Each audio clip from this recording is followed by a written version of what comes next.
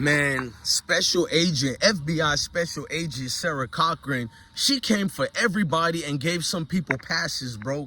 She basically put it out there in the affidavit, we could get Dirk dads too. But they done used that, Dirk's dad so much from him being a young man, being locked up for 30-something years or more. Or was it 20-something or 30-something years? Either way, she's probably like, we don't need to get him no more. What I mean is, I'm not saying the dad did anything wrong or anything like that, but there was 5 different bank cards. Probably more, but from what I'm reading, I'm taking it from the affidavit. And she put the bank card numbers on there. And one of the bank card that ended with 65, she said that's the bank card that was linked to the name of Dirk's father. He was linked to that. One of the actual bank cards that was used to purchase some of the vehicle, well, rent or whatever, renting the I don't know if it was an Airbnb or it said hotel. It was a hotel room. They even said they seen Dirk.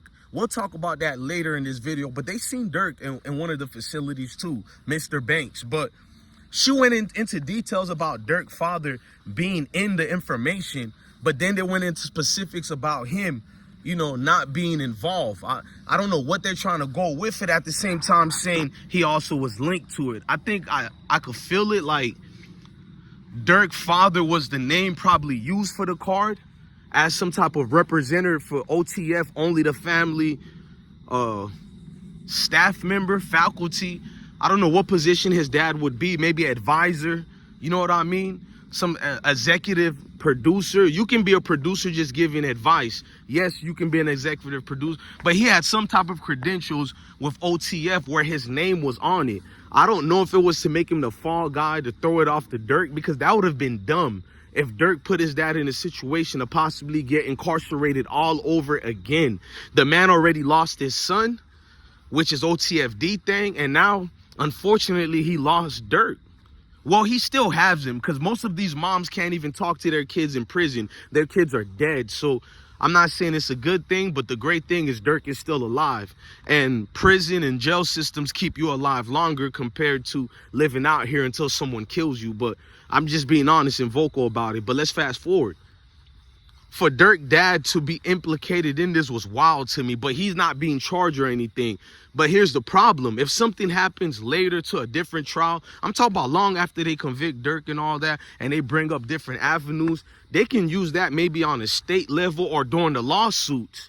So if the Dirk estates transfer over his assets to his father or mother, someone could be like, well, look, the dad name was on one of the cards, you know, put out his possible involvement. I'm not saying he was involved at all. I doubt it.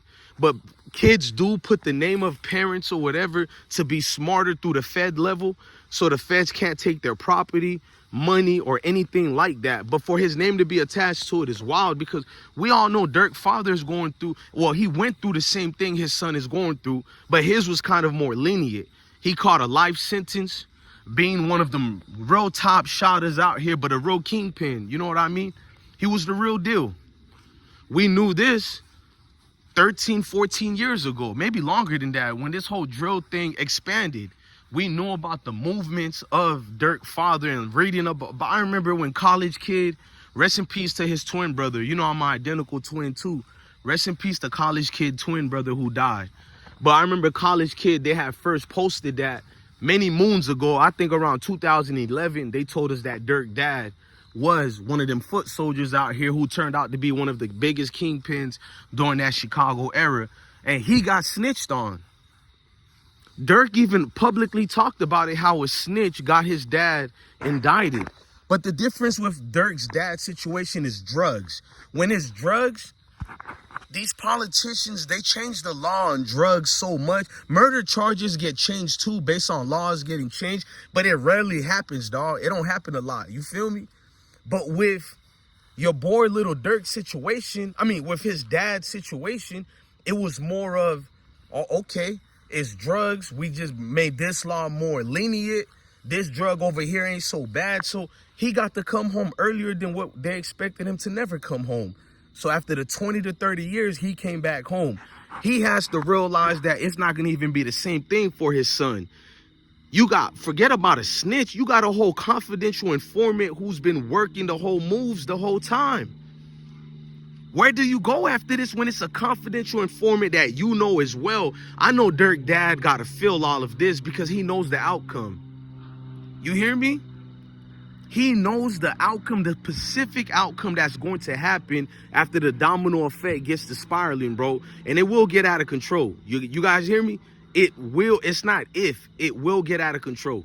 I'm here to tell all of you guys that it will, without a doubt, get out of control. And that's the uncomfortable truth about it, bro. Dirk has put himself in a situation where I think only God could save you in this. And what I mean by God could save you is prepare you mentally for what you're about to have to face. You feel me? The situation you're going to have to face for your alleged actions. I'm going to keep saying alleged because I got love for you, Dirk. But we know what the court papers are saying. It's not alleged at all. When they got wiretaps and the special agent Sarah Cochran keeps saying, I know. When they say I know, they got video recording, they got pictures, documented evidence through wires, through phone records. When they say I know, they're putting up their careers on the line when they go to the grand jury to get these indictments.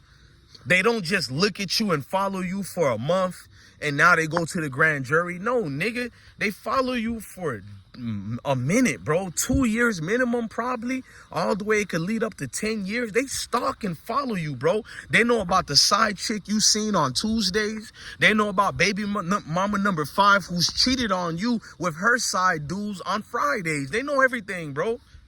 They know about that problem you got. You keep going to Jerry and them down the block to get that dog food, and you don't even own a dog. Why do you got dog food? Oh, they know. Oh, they know. Them folks do you so dirty, you got to deal with it, bro. That's the tough part too, twin. You got to deal with it, bro. And you got to take that to the chin because you done talk to everybody how thorough gangster you is and how hard you is and how you don't deal with no rats. Dirk just talked about he don't deal with no rats. None at all, and F all that. And so now you got to stand on it, Ott. You got to know the fact that you got taken down by your own guys. You beat the ops just to lose. So the ops didn't win. You didn't win. Everybody lost. The only people who continues to win is always the feds. I keep telling you guys, it's Fed season every day. You niggas think it's a break. Okay, y'all, it's March. I think the feds is off us right now. Nigga, the feds are here every day. Every day you're living and breathing is Fed season. How you don't know that, Jack? The feds got like 100 cases going on right now, maybe thousands. It just don't happen each and during a moment. It happens separately. All them dudes who did the scams when Trump was giving out them, I almost said reparations, but what was it? When Trump gave all that kickback to people who had businesses or whatever, the COVID relief, whatever it was, all them people owed that money, bruh. Look what happened to them. I just seen 2 days ago, somebody sent me a link and told me to do this story. I didn't do it, but some woman who got arrested and got a 3-year sentence for something she did during the pandemic. You know, the money thing, bruh. I forgot what. Y'all let me know in the comment section, what was it they gave to everybody and everybody was stacking?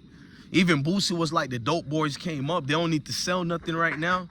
The PPP loans, there you go. It was the PPP loans. It came back to haunt everybody, Jack. Everybody got haunted by that, bro. Game over. Look, man, I'm out of here, man. I'm your guy, DJ Bless One, the best one, man. Love your family, love your kids, and stay blessed. Peace.